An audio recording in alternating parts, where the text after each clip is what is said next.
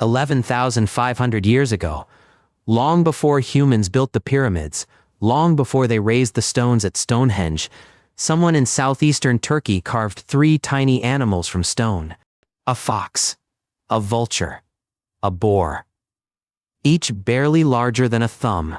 And then that person placed them inside a decorated vessel, together, deliberately, as if to say something. What we found in 2025 at Karahantepe may be the oldest 3-dimensional story ever told. And it changes everything we thought we knew about when humans began to think in narrative. But here's the question that haunts archaeologists. What story were they trying to tell? And who were they telling it to? These 3 stone creatures, each encircled by a limestone ring, may represent different animals witnessing the same event, or perhaps sharing the same fate. Today we're going back to the very beginning, to the moment when humans first learned to arrange symbols into meaning, to the birth of story itself. To understand what was found at Karahantepe, we first need to understand where it sits in time, because the dates here are genuinely staggering. Karahantepe dates to approximately 9,400 to 8,000 BCE, making it roughly 11,500 years old. That's more than 6,000 years before the Great Pyramid of Giza was built. Stonehenge, that iconic monument we associate with ancient mystery, wouldn't be erected for another 6 millennia. The people at Karahantepe were closer in time to us than they were to the builders of Stonehenge. This site sits in Turkey's southeastern region, near the city of Şanlıurfa. It's part of a cluster of discoveries that have rewritten the textbooks on human prehistory. Karahantepe belongs to what archaeologists call the Tas Tepeler project, the Stone Hills, a network of Neolithic sites that together represent one of humanity's most significant early cultural centers. You may have heard of Göbekli Tepe, Karahantepe's famous neighbor. That site shocked the world when it revealed that hunter-gatherers built monumental architecture before they even developed agriculture. The implication was revolutionary. These weren't primitive people scraping by.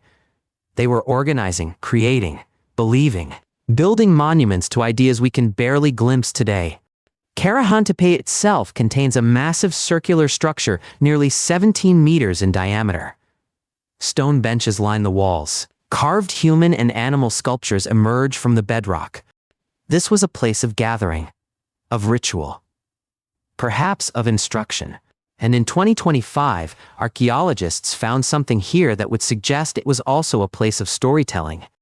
The discovery was led by Necmi Karul, an archaeologist from Istanbul University. What his team uncovered was deceptively simple, yet profoundly significant. They found a decorated stone vessel nested carefully inside a larger one. And within that inner vessel sat 3 tiny animal figurines, each approximately 3 inches tall. A fox, a vulture, a wild boar. 3 creatures that would have roamed this landscape 11 millennia ago, now frozen in stone for eternity. But it wasn't just the figurines that caught Karul's attention. It was how they were arranged. Each animal's head was encircled by a limestone ring, like a crown or a halo. The rings suggest intentionality. Someone didn't just carve these animals, they adorned them, marked them as special, set them apart from the ordinary world. And the placement within nested vessels, a container within a container, implies staging. This wasn't storage. This was presentation. This was, Karul believes, the earliest story told in 3 dimensions. Think about what that means. Somewhere in the mists of prehistory, a human being decided that arranging objects in a specific way could convey meaning that words alone could not. They created a scene. A diorama. Perhaps the prototype of every museum exhibit, every nativity set, every shoebox diorama a child has ever made for school. Researchers studying the figurines suggest they may represent different animals sharing the same fate or witnessing the same event. The narrative, whatever it was, bound them together. What event? What fate? This is where archaeology meets its limits, and imagination must tread carefully. We cannot interview these ancient storytellers. We can only study what they left behind. But the animals themselves offer clues. The fox, the vulture, and the boar each held significance in this ancient world. meanings we can partially reconstruct. The vulture appears frequently in Neolithic art from this region.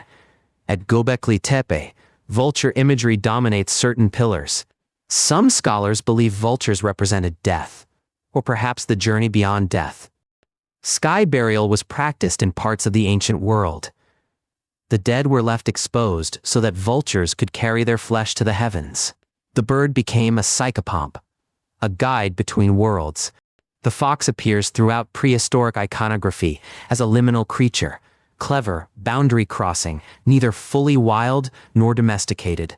A trickster figure, perhaps, even 11,000 years ago. And the wild boar represented raw power, danger, sustenance. It was hunted, feared, respected. In many ancient cultures, the boar embodied the untamed forces of nature. A vulture, a fox, and a boar, death, cleverness, and wild power, all witnessing the same event, all sharing the same fate. What story emerges from these symbols?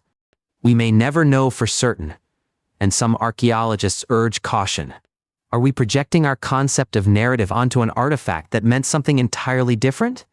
The interpretation of prehistoric symbolism is inherently speculative, and scholars debate whether the animals represent a story, a ritual, a cosmological concept, or something our modern minds cannot grasp. But here's what we can say with confidence.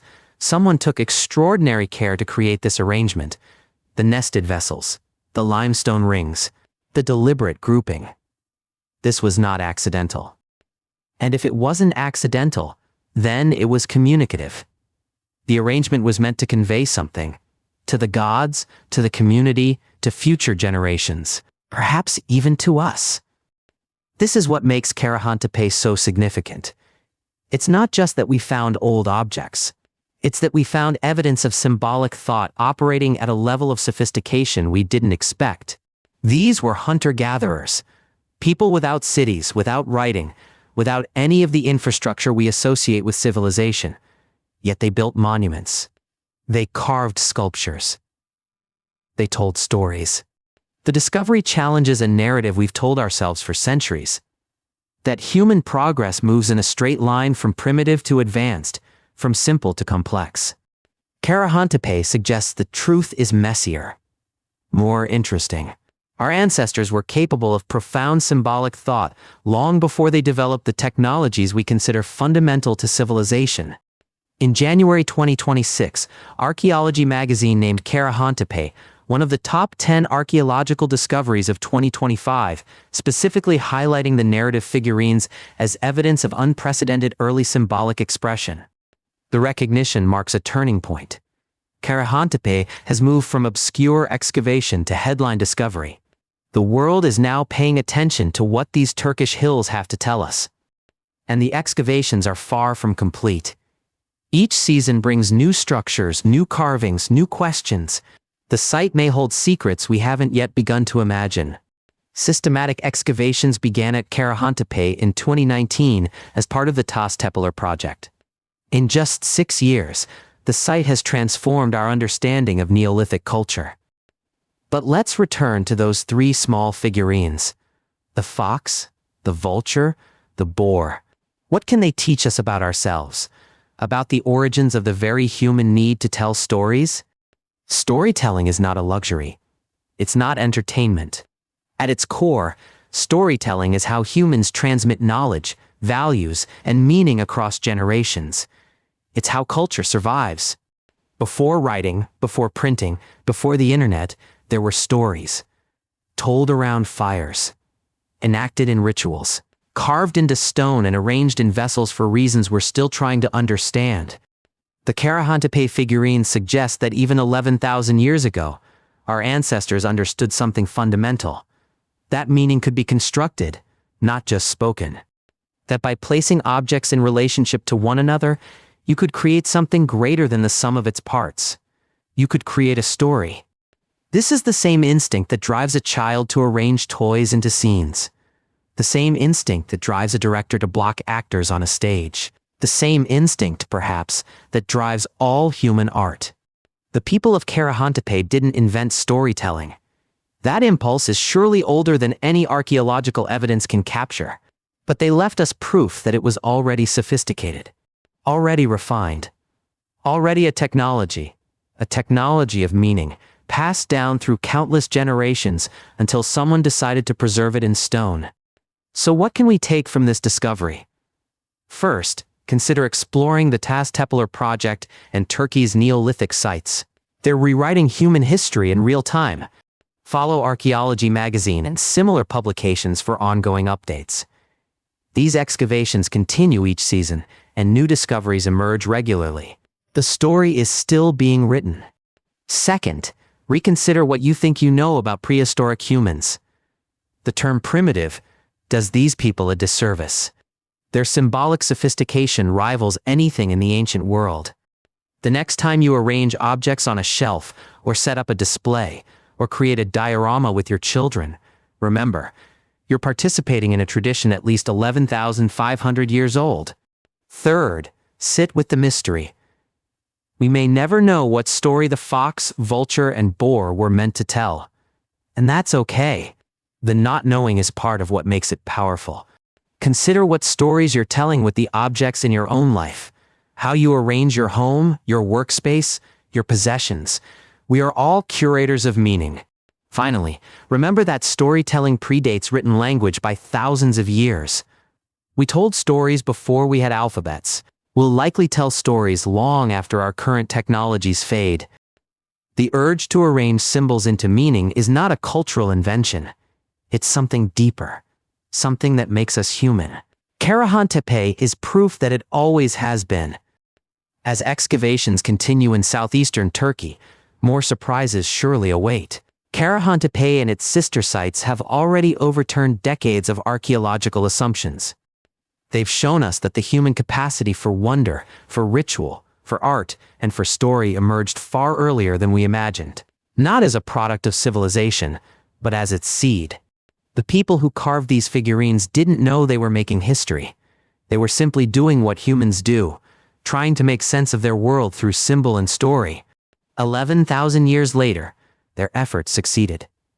The fox, the vulture, and the boar still speak to us, not in words, but in arrangement, in relationship, in story. We opened with a question: what story were they telling? Perhaps the more important question is, what story do we hear? Across 11 millennia, the conversation continues. Until next time, keep listening to history. It never stops speaking.